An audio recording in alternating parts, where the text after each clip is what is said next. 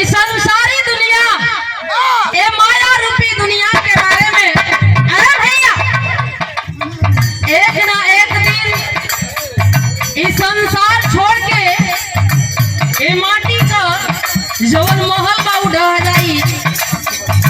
आज हमार कल तुहार परसों उनका नंबर 22 लग के जाए के बाद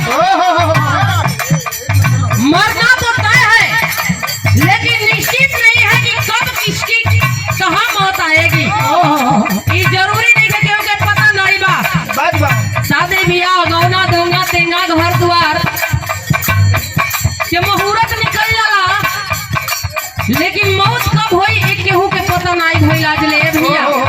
ऐसा हो तो ए नैहर की नगरी को छोड़ करके जब ससुराल में जाना होता है, ये आत्मा रूपी दुल्हन उस पति परमात्मा से कहती है, क्या कह रही है बाबू?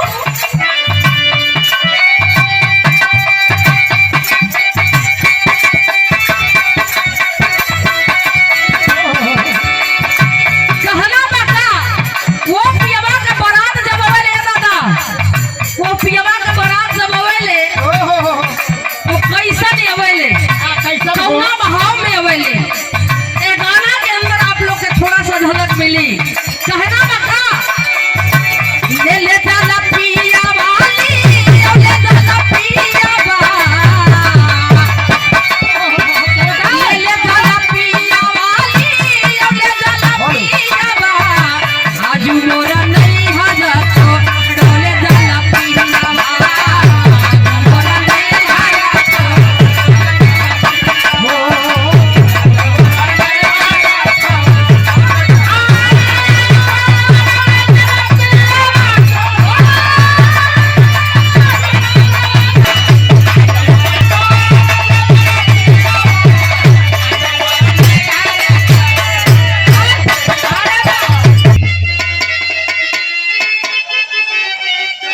आज मोरे नैहर छोड़ोले जाला, लेकिन हमारे ही पर कहना बा। आरे जालू बारी धनिया, जालू बारी धनिया, हो जालू बारी धनिया, अहिरावा गवा के ससुर जालू बारी धनिया, अहिरावा गवा के ससुर।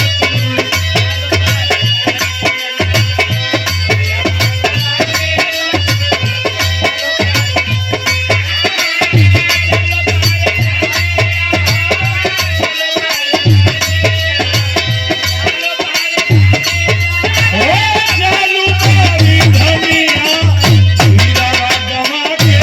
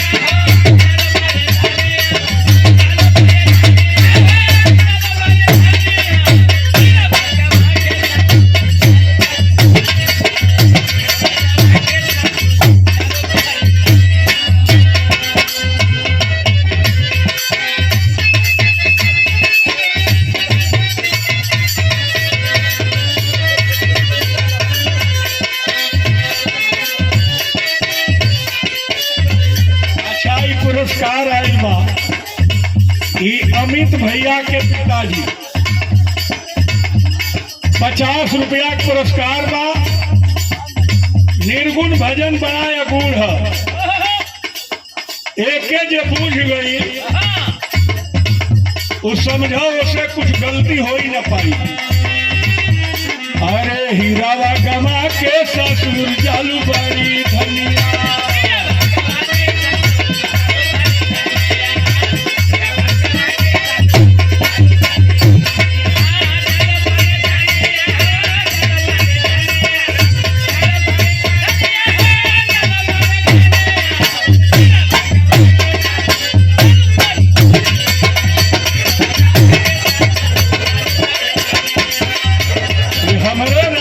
भैया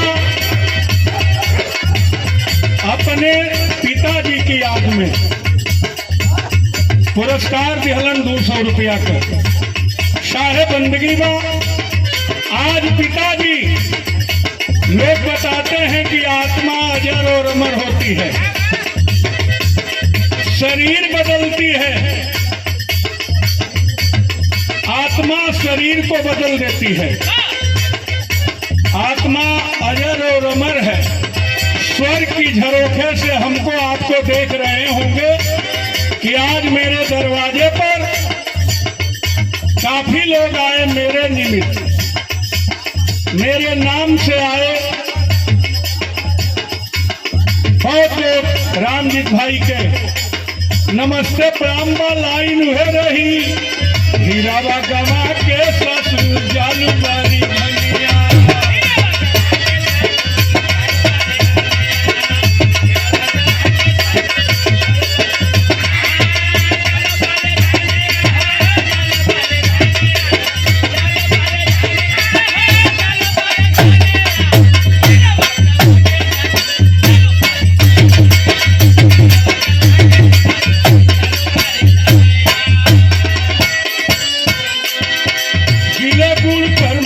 बैठे गिले गुड़ पर मक्खी बैठे पैर पंख लपटनिया सारे पैर पंख लपटनिया।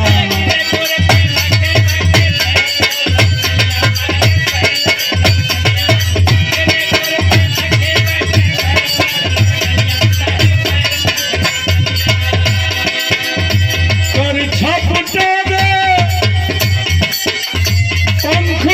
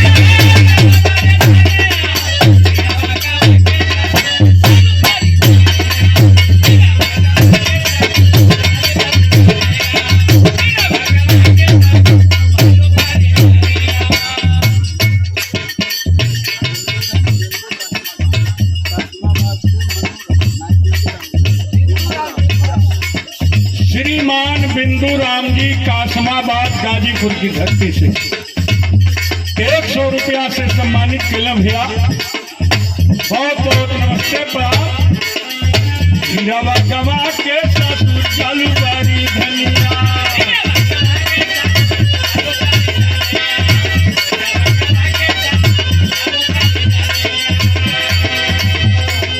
काया कोटि में मूल वृक्ष है। काया कोटि में मूल वृक्ष है। सकल पात गर्जनिया सारे सकल पात गर्जनिया।